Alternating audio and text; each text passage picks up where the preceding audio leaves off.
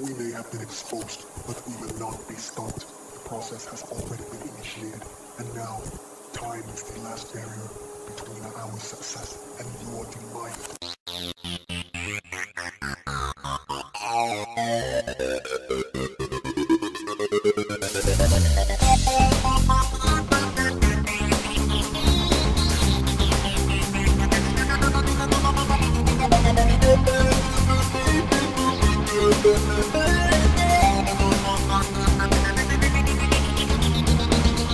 We know your game, yes, and we know your name, and we shall bring you to shame for what you've done. How could you do that to our children?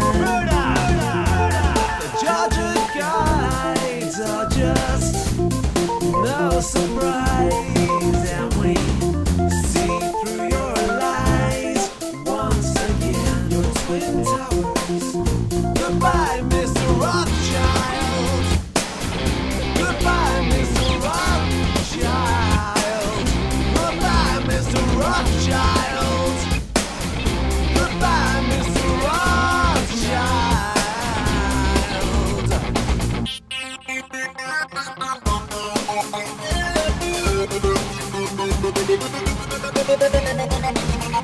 You may have a reptilian bloodline,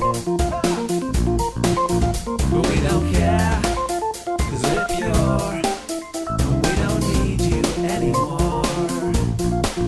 Your royal Merovingian ties into deceptive Nephilim lies, and we can only despise your future plans. Goodbye, Vaticana. Goodbye, Joe Ratzinger. Goodbye to Sumeria and your laws of Draconia. We have before us the opportunity to forge for ourselves and for future generations a new world order. Alan Greenspan. Well, first of all, the Federal Reserve is an independent agency, and that means basically that there is no other agency of government which can overrule actions that we take. It's taken me 25 years to come to the conclusion that I have come to. And I want to tell you that one of the biggest things I discovered in my work was the existence of a supranational committee composed of 300 men, and that I was actually working for a committee called the Committee of 300, also known in intelligence circles as the Olympians. Let me warn you that the same people who have given you Illuminati, who have given you your international banking cartels, who have given you your corrupt governmental systems, has also given you the church. Line, you're on the air. Hello.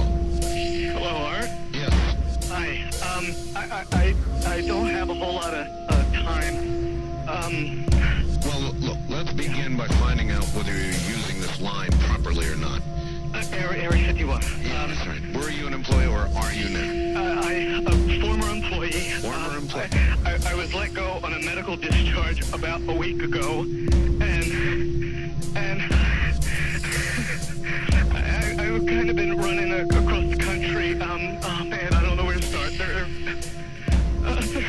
They're gonna they'll triangulate on this position really soon. You can't spend a lot of time on the phone, so give us something quick.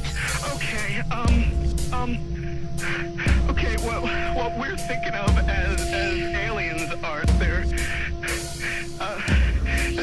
extra-dimensional beings that an earlier precursor of the space program made contact with. They are not what they claim to be. They have infiltrated a lot of aspects of the military establishment, particularly the Area 51. The disasters that are coming, the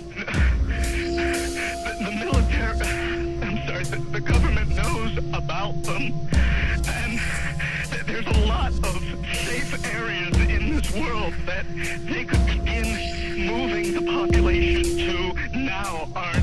But they're not doing anything. They are They want the major population centers wiped out so that the few that are left will be more easily controllable. I met Rockefeller through a female attorney I knew who called me up one day and said, one of the Rockefellers would like to meet you. I had made a video called Mad as Hell, and he'd seen the video and wanted to meet me. I knew I was running for governor of Nevada. So sure, I'd love to meet him.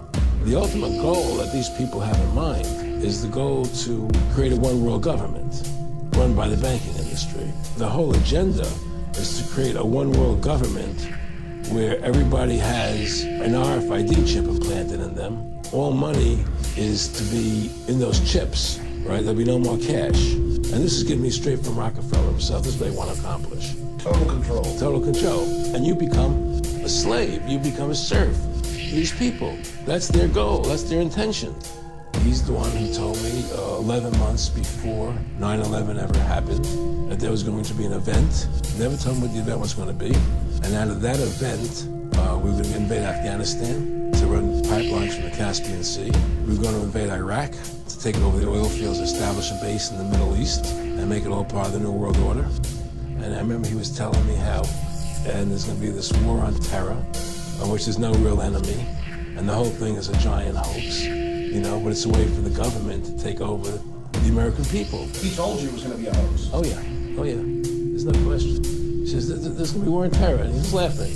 I mean, why do you think 9/11 happened, and then nothing's happened since then? Do you think that our security is so great here that these people who pulled off 9/11 can't knock down another plane?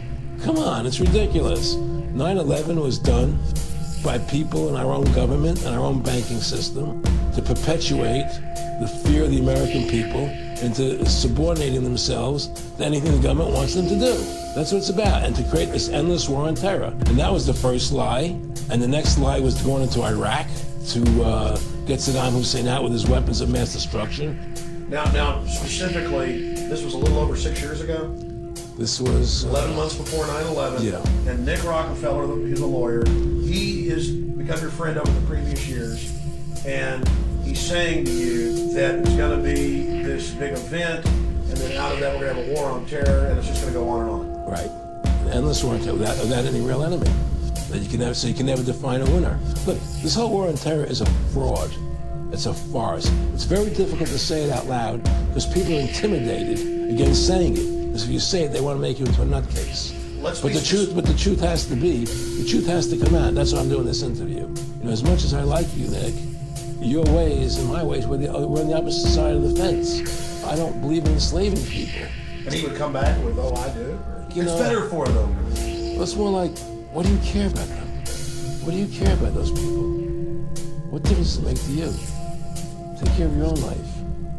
Do the best you can for you and your family. What do the rest of the people mean to you? They don't mean anything to you. They're just serfs. They're just people. You know, it was just a lack of caring. And that's just not who I was. It was just sort of like cold. I used to say to him, what's the point of all this? You have all the money in the world you need. You have all the power you need. What's the point? You know, what's the end goal? And he said the end goal is to get everybody chipped.